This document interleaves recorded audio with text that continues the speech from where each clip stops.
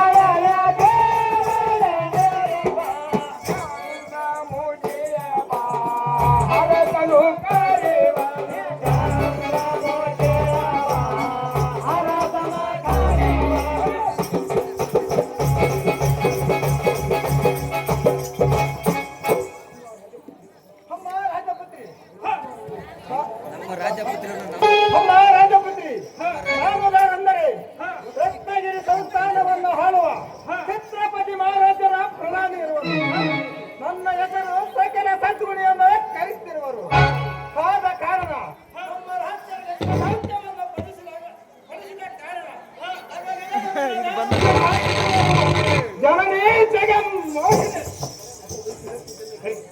ಅಪ್ಪ ಮಂತ್ರಿ ಹೇಳ್ತಿ ಚೆನ್ನಾಗಿ ಚೆನ್ನಾಗಿ ಹೇಳುವಂತ ಮಂತ್ರಿಯ ಪ್ರಾಂತಲೇ ಕಾರ್ಯ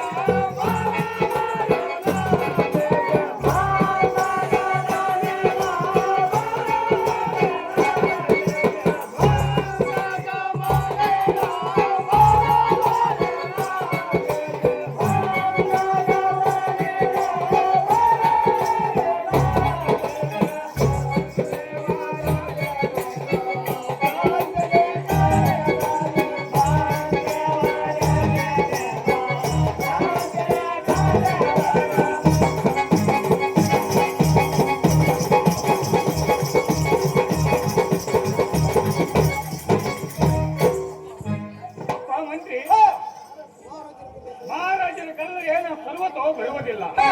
ಈ ವನವಂತರದಲ್ಲಿ ಗೌರಿ ರಥವನ್ನು ಸ್ಥಿರಪಡಿಸು. ಆ ರಾಜ್ಯವು ಪಾಲನ ಇಲ್ಲಿಗೆ ಬಂದ ನಂತರ ನನ್ನ ವರ್ತಮಾನವನ್ನು ಅವರಿಗೆ ಹೇಳಿ ವಜ್ರವನ್ನು ತೆಗೆದುಕೊಂಡ ಅಲ್ಲಿಗೆ ಬರುವನಪ್ಪ ಮಂತ್ರಿ. ಮಾತ್ರೆಯ ತಪ್ಪಾಯಿತು.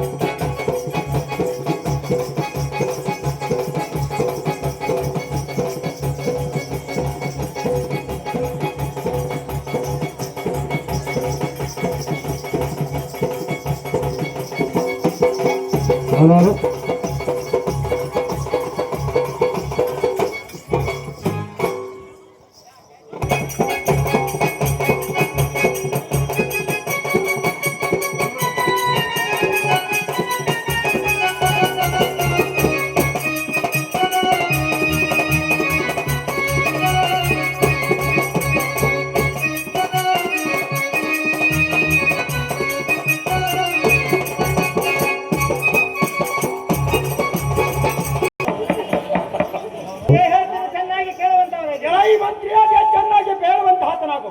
ಆದಿತ್ಯನಿಗೆ ಗಾತ, ಆದಿತ್ಯನಿಗೆ ಗಾತ ಬಾಬಾ ಮಂತ್ರಿ ದಾಸೋತ. ಆದಿತ್ಯನಿಗೆ ಗಾತ, ಆದಿತ್ಯನಿಗೆ ಗಾತ ಬಾಬಾ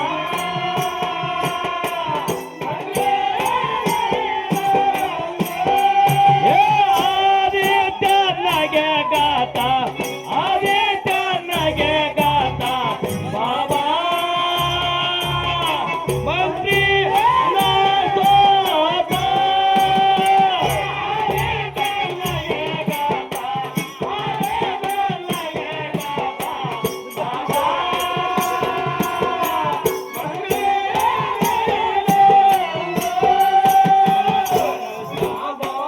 ಮಂತ್ರಿ ಬೇಗ ಅಳತಾ ಹೋದಳ ಬೇಗ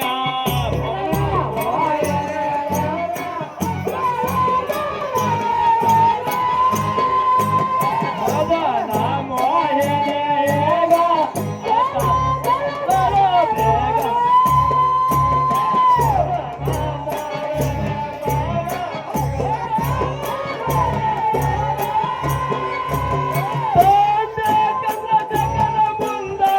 ಸಂಜೆ ಚಂದ್ರಶೇಖರ ಮುಂದ ಮುಂದೆ ಏಳುವಳಂತೆ, ಮುಂದೆ ಏಳುವಳಂತೆ ಬಾಬಾ ಮಂತ್ರಿಯೋನ ಸೋತ.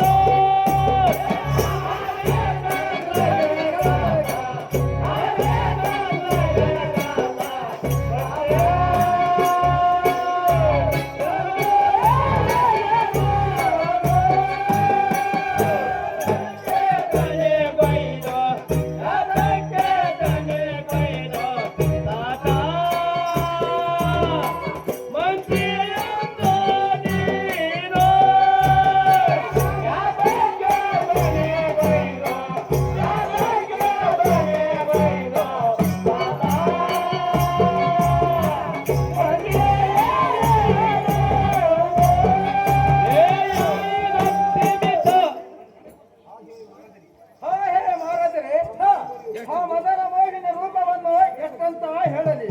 ಹಾಗೆಯೇ ರೂಪವನ್ನು ವರ್ಣಿಸಬೇಕಾದರೆ ಸೃಷ್ಟಿಕರ್ತ ಬ್ರಹ್ಮನಿಗಾದರೆ ತೀರದು. ಏಕೆಂದರೆ ಇಂದ್ರ ಲೋಕದ ರಂಬಿಯೋ ಊರ್ವಶಿಯೋ ಆಕೆಗೆ ತಕ್ಕವರ ಬೇಕೆಂದು ಗೌರಿಯ ರಥವನ್ನು ಸ್ಥಿರಪಡಿಸಿರುವುದು. ಆದ ಕಾರಣ ಬೇಗನೆ ಹೋಗಬೇಕು ರಾಜ. ಎಲೈ ಮಂತ್ರಿ, ನೀನು ನನ್ನ ಹಿಂದೆ ಬಂದು ಸ್ವಲ್ಪ ಮರವಾಗಿ ನಿಲ್ಲುವಂತಾತನಾಗು. ಯಾಕೆಂದರೆ ಔಜೆಂಬ ರಾಣಿ ಪುಷ್ಪವಾಣಿ, ಚೇತಕಾಕ ವರ್ಣಾಂಚಯ, ನಾರಿಯ ಹೃದಯ ನಪೋಸ್ಥಿತೆ ನಪೋಸ್ಥಿತೆ. ಎಲೈ ಮಂತ್ರಿ, ಇದರ ಅರ್ಥವನ್ನು ಹೇಳ್ತೇನೆ, ಚಿತ್ತವಿಟ್ಟು ಕೇಳುವಂತಹ. ಅಸ್ಥಿಯ ಹೂವನ್ನು ನೋಡಿದರೆ ಕಾಣಬಹುದು. ಜಲದಲ್ಲಿರುವ ಮೀನಿನ ಹೆಜ್ಜೆಯ ಗುರುತನ್ನು ಹಚ್ಚಿದರೂ ಹಚ್ಚಬಹುದು. ಸ್ತ್ರೀಯರ ಗುಣ ತಿಳಿಯಬೇಕಾದರೆ ಬಹಳ ದುರ್ಬಲ. ಯಾಕೆಂದರೆ ನೀರಿನ ನೆಲೆ, ನಾರಿಯ ನೆಲೆ, ಕೂದಲಿಯ ನೆಲೆ, ಇವು ಮೂರು ನೆಲೆಗಳು ಯಾರಿಗೆ ಸಿಕ್ಕಿಲ್ಲವೆಂದು ಗುರು ಹಿರಿಯರು ಸಾರಿ ಸಾರಿ ಹೇಳಿದ್ದಾರೆ. ಆದ ಕಾರಣ ನಾವು ಬಹು ಹುಷಾರದಿಂದಿರಬೇಕೈ.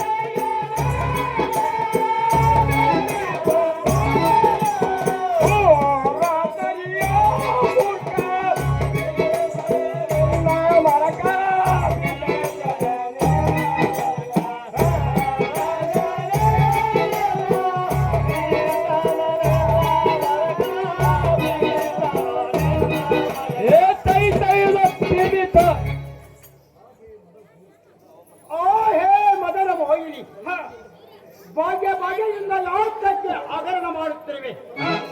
ನಿನ್ನ ಮನಸ್ಸಿನ ಗುಣಗಳನ್ನು ನಾನು ಬಲ್ಲೆ.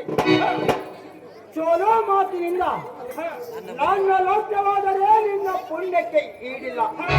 ಕಮಲಗಾಂಧಿ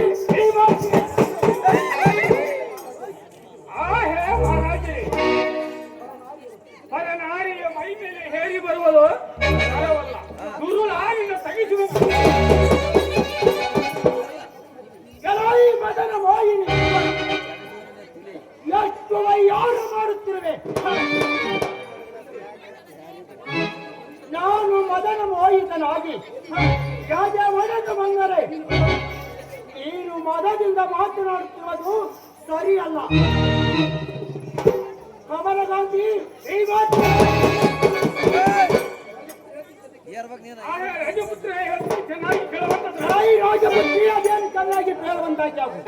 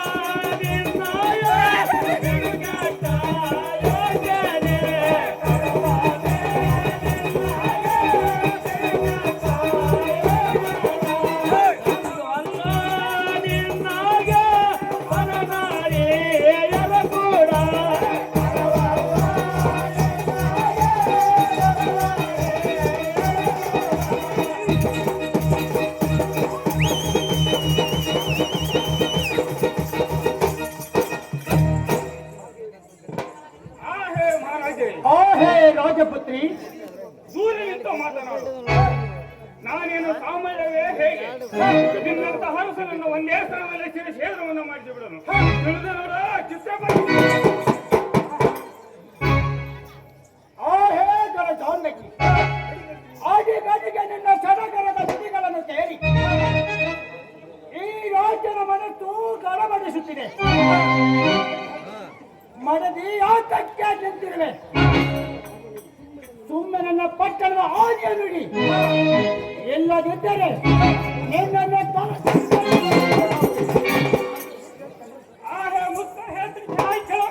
ಮುತ್ತರಾದೇವಿ ಚೆನ್ನಾಗಿ ಬೇಡುವಂತಾಗಿದೆ. ಮೂರ್ಖ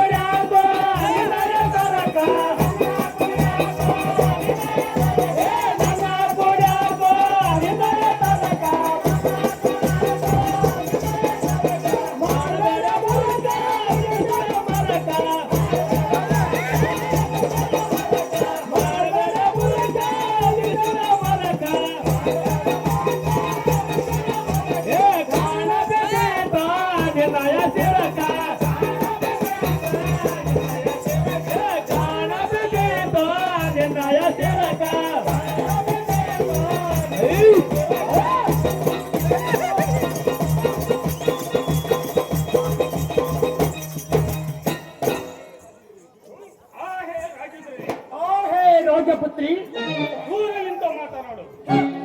ಈ ಸುತ್ತಿ ನಮ್ಮ ತಂದೆಯ ಮುಂದೆ ಹೆಲ್ಲೊಂದು ಹೇಳಿ ನಿನ್ನ ಶಿರಛೇದನವನ್ನು ಮಾಡಿಸಿದ್ದೇನೆ. ಈ ಭೂಮಿ ಮೇಲೆ ಜನಿಸಿ ಬಂದ ಸಾರ್ಥಕ್ಯನೋ ಕುಲ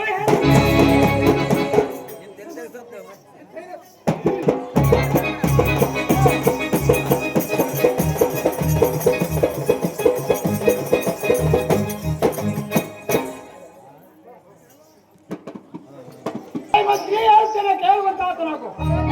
ಚೆನ್ನಾಗಿ ಹೇಳುವಂತವರಾಗು. ಆದಿ ಚೆನ್ನಾಗೆ ಗಾತ ಆದಿ ಚೆನ್ನಾಗೆ ಗಾತ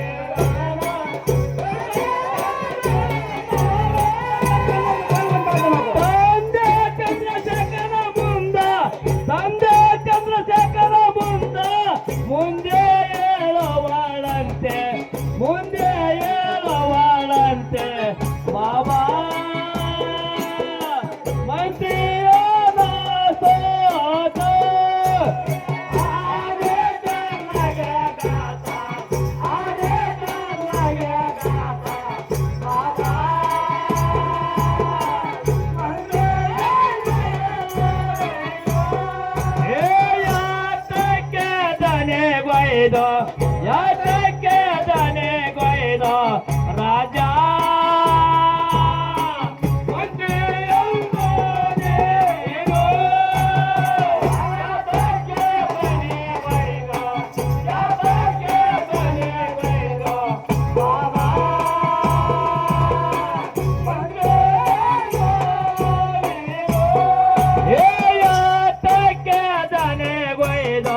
ಯಾತಕ್ಕೆ ದನೆ ಕೊಯ್ದ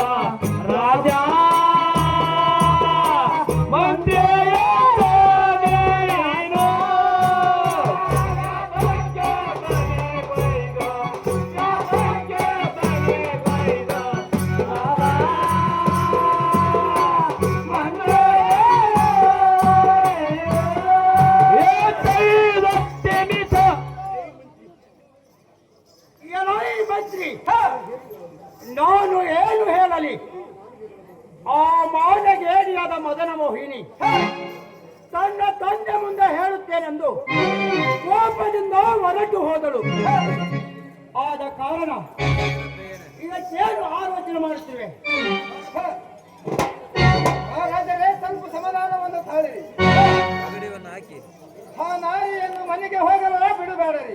ನಾರಿಯಲ್ಲೇ ಅಡ್ಡ ತರಬೇಡಿ. ಯಾಕೆಂದರೆ ಭಕ್ತಸ್ಯ ಸೌಂದರ್ಯ, ಬುದ್ಧಿಶಕ್ತಿ ಪರಾಕ್ರಮ, ಸೌಂದರ್ಯ ಚಿಂತನಂ. ಆಹೇ ಮಂತ್ರಿ, ನಾವು ಮೊದಲು ಯಾವುದಾದ್ರು ಒಂದು ಕಾರ್ಯವನ್ನು ನೆರವೇರಿಸಬೇಕಾದರೆ ಮೊದಲು ನಮಗೆ ಗೆಲುವಿರಬೇಕು. ಆಮೇಲೆ ಪ್ರಾಣಗಾರನಾಗಿ ಹೇಡಿಯಾಗದೆ ದೂರನಾಗಿದ್ದು ದೇವರ ಸುಧಾ ಬೇಡಿಕೊಂಡು ಜಯ ಹೊಂದಬೇಕು. ಇದರ ಬಗ್ಗೆ ದೃಷ್ಟಾಂತ ಬರುವುದು ಹೇಳುತ್ತೇನೆ, ಚಿತ್ತಗೊಟ್ಟಿಗೆ. ಎಲೈ ಮಂತ್ರಿಯ ಏನು ಚೆನ್ನಾಗಿ ಬೇಳುವಂತಹ ಒಕ್ಕೆಲೆಗೆ ತನ್ನ ಸಮೃದ್ಧದಿಂದ ತನ್ನ ಭೂಮಿಯನ್ನು ಹೇಗೆ ಹದ ಮಾಡುತ್ತಿರುವನು. ಮಳೆ ಸುರಿಯುವುದು, ಬೆಳೆ ಬರೆಯುವುದು, ಅದು ದೇವರ ಯತ್ನ. ಅದರಂತೆ ಆ ನಾರಿಯನ್ನು ನಮ್ಮ ಕಲ್ಪನೆಯಿಂದ ಆ ನಾರಿಯನ್ನು ನಮ್ಮ ಕೈವಶವೇ ಮಾಡಿಕೊಳ್ಳಬೇಕು. ಬಂಗಾರ ದರಿಯುವುದು, ಅಂಗನೇ ಒಲಿಯುವುದು, ಸಂಗರವೇ ಗೆಳೆಯುವುದು, ಇವು ಮೂರು ಸಂಗಯ್ಯನ ಒಲಿಮೆ ಎಂದು ಗುರು ಹಿರಿಯರು ಸಾರಿ ಸಾರಿ ಹೇಳುವರು. ಆದ ಕಾರಣ ಆ ನಾರಿಯನ್ನು ಮನೆಗೆ ಹೋಗಲು ಬಿಡುವುದಾದರೆ ಬರೀ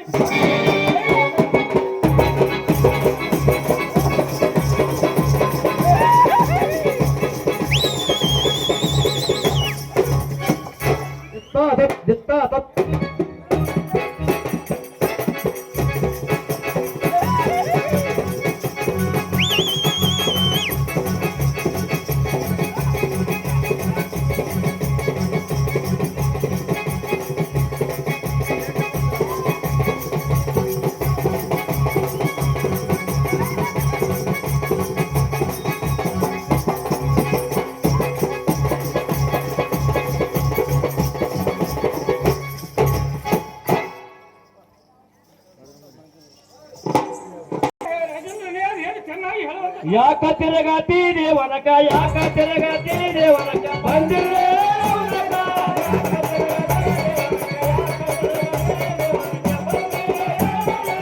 ಯಾಕ ತಿರುಗಾತಿ ದೇವನ, ಯಾಕ ತಿರುಗಾತಿ ದೇವನಕ, ಬಂದಿರೇ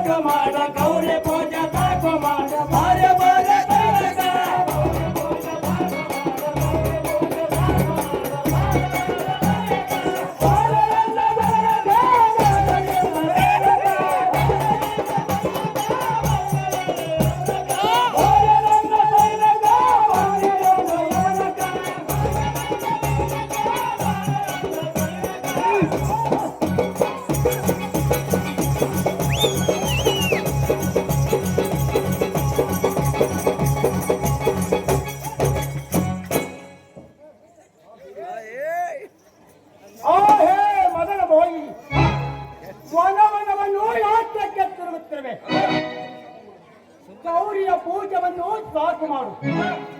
ನನ್ನ ವಚನವನ್ನು ಅತ್ಯುತ್ತ ಬಿಟ್ಟು ಕೇಳುವಂತಾಗಿ ಏನು ಚೆನ್ನಾಗಿ ಹೇಳುವಂತದ್ರಾಗ ತಾಂಬರಂ ತರುಣಿಸ್ಥಳ ಶೀತಕಾಲೇ ಬಹುತ್ತಂ.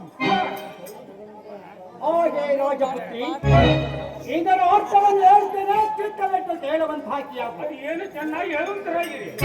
ಸ್ವಾಮಿಯ ನೀರು ಆಲದ ಮರ, ಅದರ ಕೆಳಗೆ ಕುಳಿತುಕೊಂಡು ಎಲೆ ಹಾಕಿಕೊಳ್ಳೋಣ ಬಾ. ಇವು ಶೀತಕಾಲಕ್ಕೆ ತಂಪನ್ನುಂಟು ಮಾಡುತ್ತವೆ, ಶೈತ್ಯಕಾಲಕ್ಕೆ ಕಾಮನ್ನುಂಟು ಮಾಡುತ್ತೇವೆ. ಆದ್ದರಿಂದ ಒಳ್ಳೆ ನಡೆದರ ನಾರಿ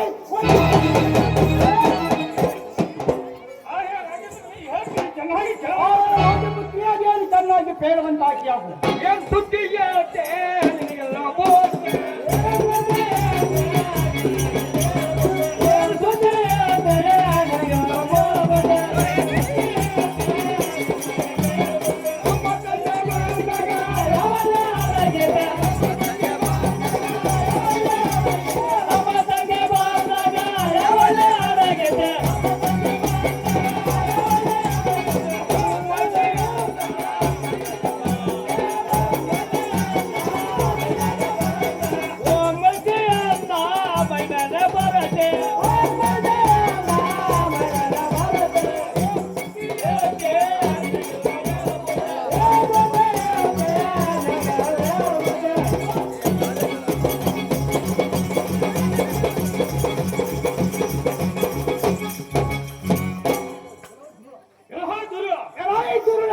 ಯಾವಲ್ಲಿ ಹರಿಗಿದ್ದಿ?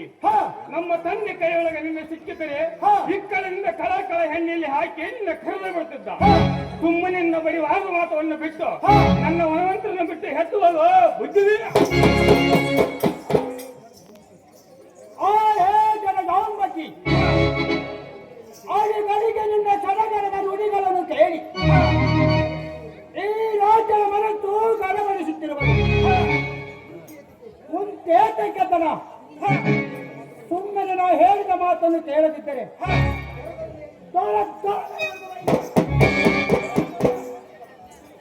ಈಗ ನಾಡಿಗೆಯನ್ನು ಸೀಳಿ ಬಿಡುವನು. ನಾನೇ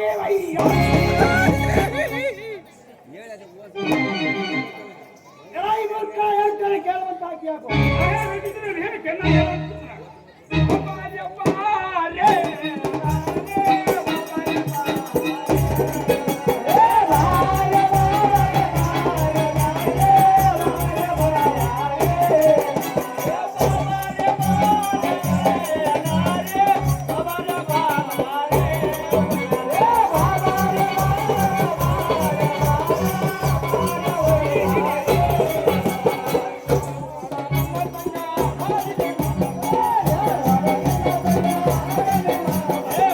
ನೋಡ ಎನ್ನ ಸಂಘ ಅದೇಯ ಬಾಲಭಂಗ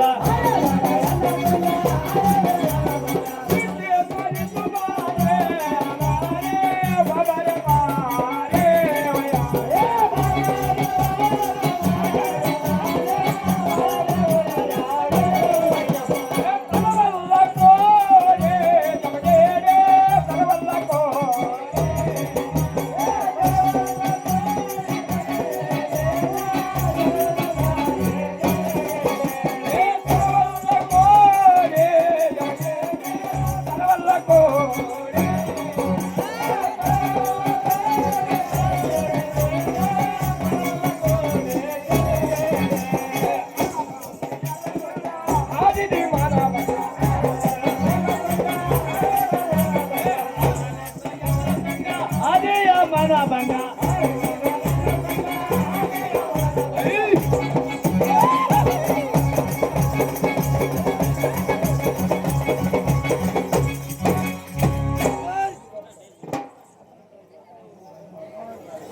ರಾಜೇಂದ್ರನೇ, ರಾಜಪುತ್ರಿ, ಸುಳ್ಳು ನೀನು ಹೇಳ್ತಕ್ಕೆ ಮಾತಾಡ್ತೀನಿ. ನೀನು ಪರಸೆಯನ್ನು ನೋಚಿ ಪ್ರಾಣ ಕಳೆದುಕೊಳ್ಳಕ್ಕಾಗಿ ಬಂದಿರುವುದು. ಇದಕ್ಕೆ ರಾವಣ ಸುರನು ಸೀತಾದೇವಿ ಮೇಲೆ ಮನಸ್ಸು ಮಾಡಿ ಶ್ರೀರಾಮನ್ನೇ ಒಂದೇ ಬಾಣಕ್ಕೆ ಮನ ಹೊಂದಿದನು.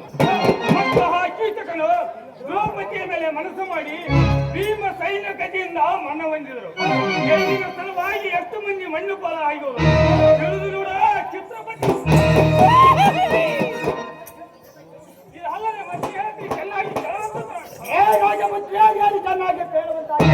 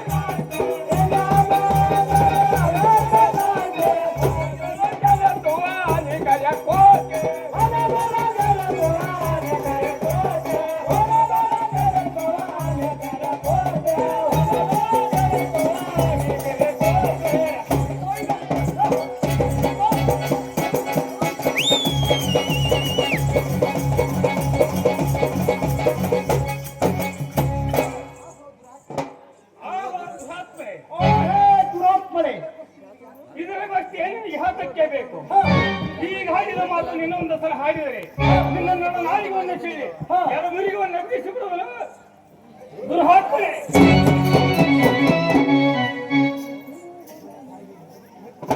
ಆಹೇ ರಾಜಪುತ್ರಿ ಆಡ್ತಾನೆ ಕೇಳುವಂತಾಕಿ ಆಹಾ ರಾಜೇಂದ್ರನೇ ಏನು ಚೆನ್ನಾಗಿ ಹೇಳುವಂತದ್ರ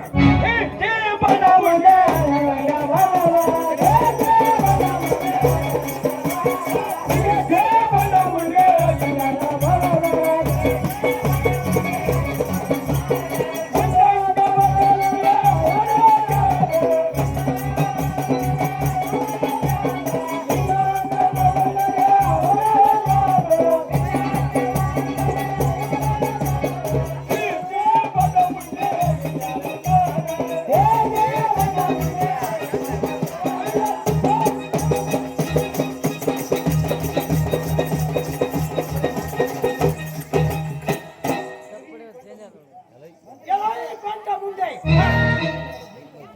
ಚಂಡ ಪ್ರಚಂಡ ವೈರಿಗಳ ಮಿಂಡ 8 ರಾಜರಿಗೆ ಗಂಡ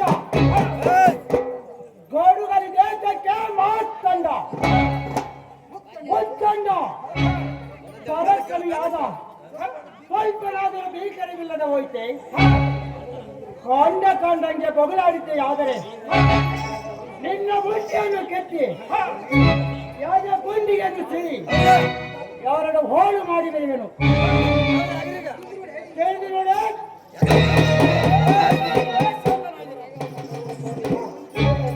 ನೋಡಿ ಮಂತ್ರಿ ಎನ್ನೆಲ್ಲಿನ ಈ ರಾಜ್ಯನಿಗೆ ಶಾಂತಿ ಅವನನ್ನು ಸಂಹಾರ ಮಾಡಿದಾಗಲೇ ಈ ರಾಜ್ಯದ ಮನಸ್ಸಿಗೆ ಶಾಂತಿ ಆಯ ಮಂತ್ರಿ ಅದೇನು ಚೆನ್ನಾಗಿ ಕೇಳುವಂತಾತನಾಗ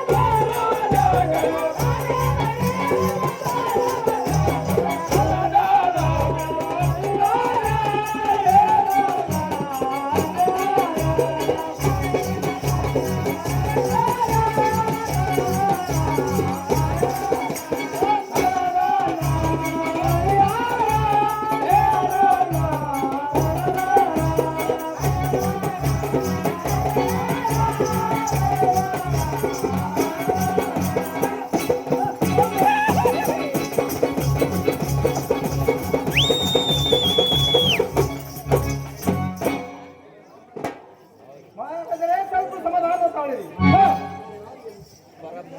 ಹಾ ನಾರಿಯನ್ನು ಆಹೇ ಮಹಾರಾಜರೇ ಹೇಳ್ತೀರಿ ಕೆಲವೊಂದಾಗಿದೆ. ಕೆಲವು ಮಂತ್ರಿ ಅದೇನು ಚೆನ್ನಾಗಿ ಕೇಳುವಂತಹ ನಾರಿಯನ್ನು ಕೊಲ್ಲುವುದರಿಂದ ಸುರಹತ್ಯ ದೋಷವು ತಲುಪದು. ಅದು ಏನೆಂದರೆ ಹೇಳ್ತೇನೆ ಚಿತ್ತವಟ್ಟು ಕೇಳಿರಿ. ಕೆಲವು ಮಂತ್ರಿ ಅದೇನು ಚೆನ್ನಾಗಿ ಕೇಳುವಂತಾತನಾಗ ಪವಿತ್ರ ಸತಸ್ತ್ರೀ ಹೇ ದೊರೆ ಆಹೇ ಮಂತ್ರಿ ಇದರ ಅರ್ಥವನ್ನು ಹೇಳ್ತೇನೆ ಚಿತ್ತವಟ್ಟು ಕೇಳಿರಿ. ಕೆಲವು ಮಂತ್ರಿ ಅದೇನು ಚೆನ್ನಾಗಿ ಕೇಳುವಂತಾತನಾಗ 100 ಹಾಕಲನ್ನು ಕೊಲ್ಲಿದರೆ ಎಷ್ಟು ಪಾಪ ಬರುವುದು, ಅಷ್ಟೇ ಬ್ರಾಹ್ಮಣನ್ನು ಕೊಲ್ಲಿದರೆ ಅಷ್ಟೇ ಪಾಪ ಬರುವುದು. 100 ಮಂದಿ ಬ್ರಾಹ್ಮಣನ್ನು ಕೊಲ್ಲಿದರೆ ಎಷ್ಟು ಪಾಪ ಬರುವುದು, 10 ಸ್ತ್ರೀಯರನ್ನು ಕೊಲ್ಲಿದರೆ ಅಷ್ಟೇ ಪಾಪ ಬರುವುದು. ಒಂದು ಸುಸತ್ಯವನ್ನು ಮಾಡಿದರೆ ಅಷ್ಟೇ ಪಾಪ ಬರುವುದು. 100 ಮಂದಿ ಶಿಷ್ಯಗಳನ್ನು ಕೊಲ್ಲಿದರೆ ಎಷ್ಟು ಪಾಪ ಬರುವುದು.